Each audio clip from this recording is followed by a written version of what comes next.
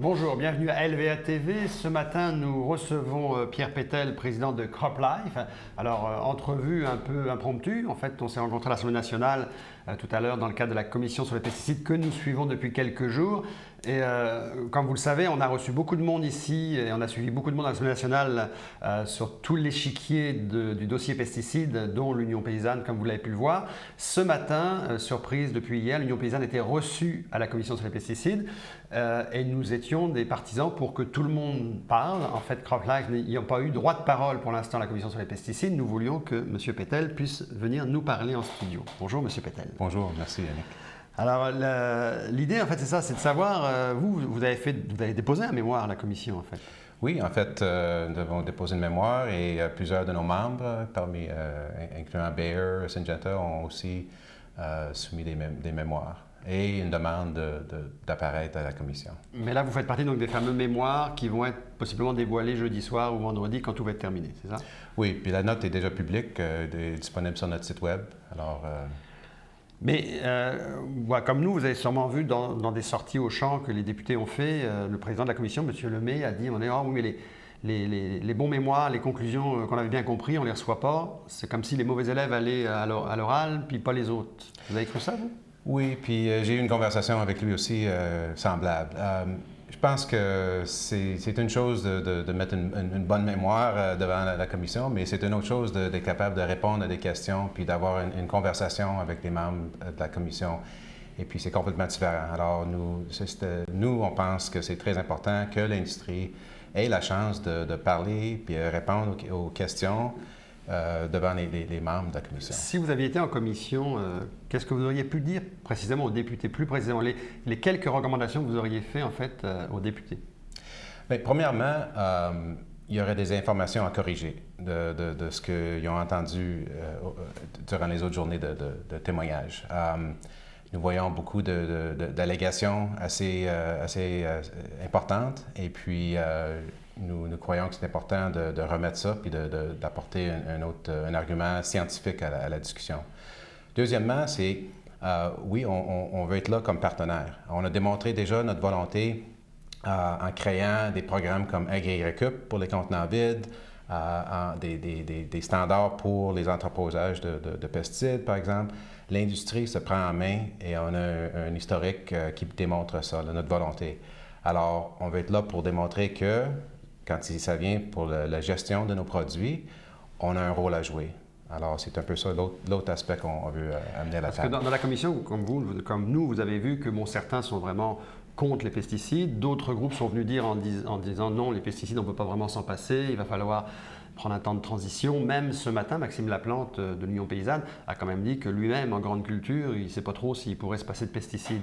Donc en fait, il y a quand même un constat qui est fait par plusieurs que ça ne peut pas être nos pesticides demain matin. Mais vous dites que vous pourriez embarquer avec les gouvernements, avec le syndicat, en fait, sur une réflexion pour amoindrir l'utilisation de certains pesticides. Il y a plusieurs questions. Nous avons entendu ce matin la différence entre un produit naturel ou synthétique. Il faut s'assurer que les produits qui sont homologués sont sécuritaires pour l'utilisateur et pour l'environnement. Nous pensons que le système fédéral en ce moment, avec Santé Canada, nous donne cette confiance. L'autre aspect, c'est comment les produits sont utilisés. Et puis pour ça, c'est pas juste nous, les fabricants, c'est les utilisateurs, les vendeurs, etc. Alors, sur ça, il y a du travail à faire. Les bandes riveraines, par exemple, on a entendu souvent parler cette semaine. Alors, pour ça, oui, on pense qu'on peut toujours améliorer. Le système n'est pas parfait, mais il faut corriger, d'après nous, la peur et la crainte qu'on entend souvent parler cette semaine et se mettre la mire sur la gestion responsable des produits. Oui, le pôle d'excellence, d'ailleurs, qui passait après l'Union paysanne, a effectivement soulevé l'aspect du bio et du non-bio, ouais, en nous spécifiant que même dans le bio, ce qui n'est pas dans l'imaginaire de chacun, que même dans le bio, il y a du pesticide, en fait. Exactement. Puis en fait, les membres de CropLife sont titulaires d'homologation bio et conventionnelle.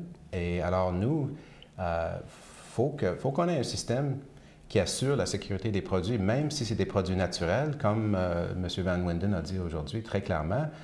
Juste parce que c'est naturel, ça ne veut pas dire que c'est sécuritaire. Il faut avoir un système d'homologation, de données pour s'assurer que ces produits-là sont sécuritaires. Mais on s'entend qu'il y a une grosse marche à remonter au Québec pour ramener votre discours dans la population, parce que la majorité des médias sont plutôt partis sur la traque de nos pesticides. Et en même temps, les députés qui sont les élus, donc ce sont les gens qui vont prendre les décisions pour l'agriculture des 5, 10, 15 prochaines années, vous ont pas accepté à la table.